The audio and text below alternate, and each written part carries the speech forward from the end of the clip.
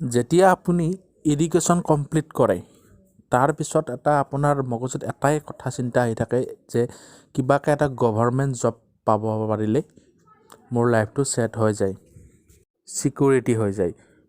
এইটো কথা সকলোৱে চিন্তা কৰে আৰু সকলোৱে এটা গভৰ্ণমেণ্ট জবৰ কাৰণে চেষ্টা কৰে।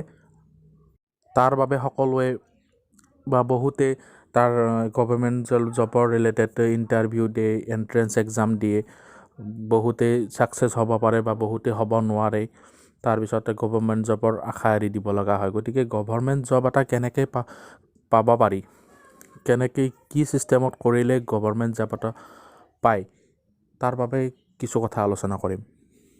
গতিকে গভৰ্ণমেণ্ট জব পাব লাগিলে যেতিয়া গভৰ্ণমেণ্ট জবৰ এপ্লিকেশ্যন দিয়ে, যেতিয়া ফৰ্ম দিয়ে, তেতিয়া এটা ক্ৰাইটেৰিয়া দিয়া থাকে, যে এটা কণ্ডিশ্যন দিয়া থাকে যে হায়াৰ ছেকেণ্ডেৰী পাছ হ'লে এক্সাম দিব পাৰিব।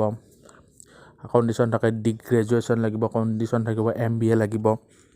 যদি সেইকেইটা কণ্ডিশ্যন আপুনি ফুলফিল হয়, যদি সেইকেইটা আপোনাৰ কোৱালিফিকেশ্যন আছে, তেতিয়াহ'লে আপুনি এজন গভৰ্ণমেণ্ট জব পোৱাৰ যোগ্য, সেই যিটো জব দিয়া আছে সেই জবটো পোৱাৰ যোগ্য হয়। কিন্তু ইয়াতে এটা কথা, সিহঁতে আপোনাক সেইখিনি কোৱালিফিকেশ্যন থাকিলেই নিদিব। সিহঁতে আপোনাক এটা ইণ্টাৰভিউ ল'ব বা এণ্ট্ৰেঞ্চ পৰীক্ষা ল'ব। সেই পৰীক্ষাটোৰ যদি আপুনি কোৱালিফাই হ'ব পাৰে, তেতিয়াহে আপোনাক সেই জবটোৰ কাৰণে এপইণ্টিং কৰিব। যিহেতু জবটো পৰীক্ষাত উত্তীৰ্ণ হ'লেহে পাব, তাৰ কাৰণে পৰীক্ষাত সকলোৱে পৰীক্ষা দিব যায়। তাৰ ফলত কি হৈছে, এতিয়া আমাৰ গোটেই সমগ্ৰ দেশতে কম্পিটিশ্যনৰ সৃষ্টি হৈ গৈছে। সেইকাৰণে সকলোৱে আমি এইটো কম্পিটিশ্যনৰ যুগ। গভৰ্ণমেণ্ট জবৰ প্ৰিপেৰেশ্যনৰ কাৰণে কেইটামান ষ্টেপছ ডিছকাছ কৰিম। সেইকেইটা ষ্টেপছ যদি আপুনি ফ'ল' কৰে, তেতিয়াহ'লে আপুনি নিশ্চয় এজন গভৰ্ণমেণ্ট জব পোৱাৰ যোগ্য হ'ব। নম্বৰ 1 হৈছে চিলেক্ট ওৱান কেটেগৰী। মানে এটা কেটেগৰীতহে ইণ্টাৰভিউ দিয়ক, সেইটোৰ কাৰণেহে প্ৰিপেৰেশ্যন হওক, এটা কেটেগৰীতে প্ৰিপেৰেশ্যন হওক।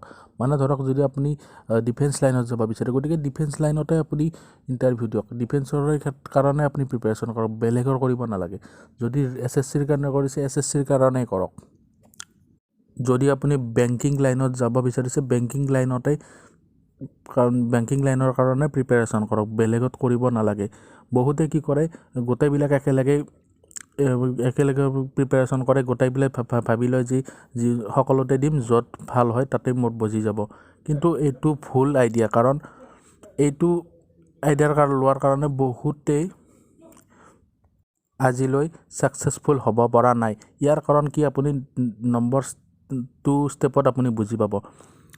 আৰু এটা গুৰুত্বপূৰ্ণ কথা আপুনি মনত ৰাখিব, আপুনি যেতিয়া যিকোনো এটা কেটেগৰী ল'ব, SSC বেংকিং, যিকোনো আপুনি যিটো কেটেগৰীৰ বাবে আপুনি প্ৰিপেৰেশ্যন কৰিব, তাৰ আগতে আপুনি আৰু এটা বস্তু মনত ৰাখিব যে যিটো বস্তু চিলেক্ট কৰিব সেইটো কোনো ধৰণৰ স্কেম নহয় যাতে। মানে ধৰক কিছুমান কেটেগৰী আছে, কিছুমানত বহুত স্কেম হয়, বহুত ফ্লড হয়, সেইবিলাকৰ ক্ষেত্ৰত নাযাব, সেইবিলাকত চিলেক্ট নকৰিব। কাৰণ আপুনি প্ৰিপেৰেশ্যনটো কৰিব, কাৰণ সেইবিলাকত বহুত স্কেম হয়, বহুত কৰাপশ্যন চলে, তাৰ ফলত আপুনি প্ৰিপেৰেশ্যন কৰিলেও নাপাব।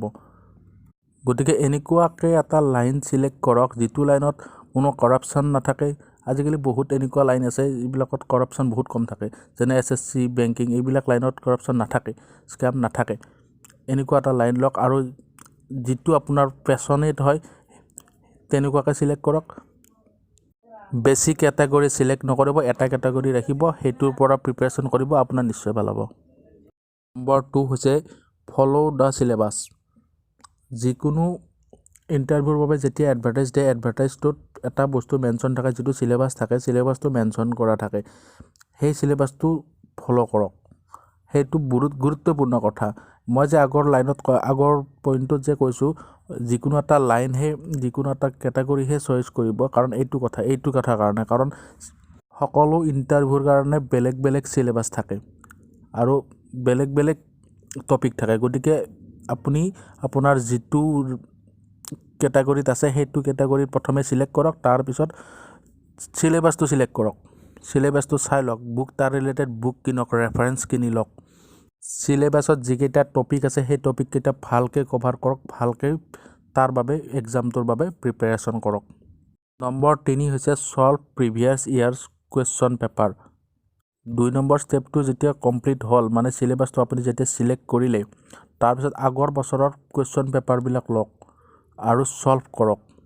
কুৱেশ্যনবিলাক যেতিয়া ছল্ভ কৰিব তেতিয়া আপুনি নিজেই গম পাব যে বহুত কুৱেশ্যন ৰিপিটেড হৈ থাকে। মই বহুত টপাৰ্ছৰ ইণ্টাৰভিউ দেখিছোঁ, তেওঁলোকে এইটো কথা কিন্তু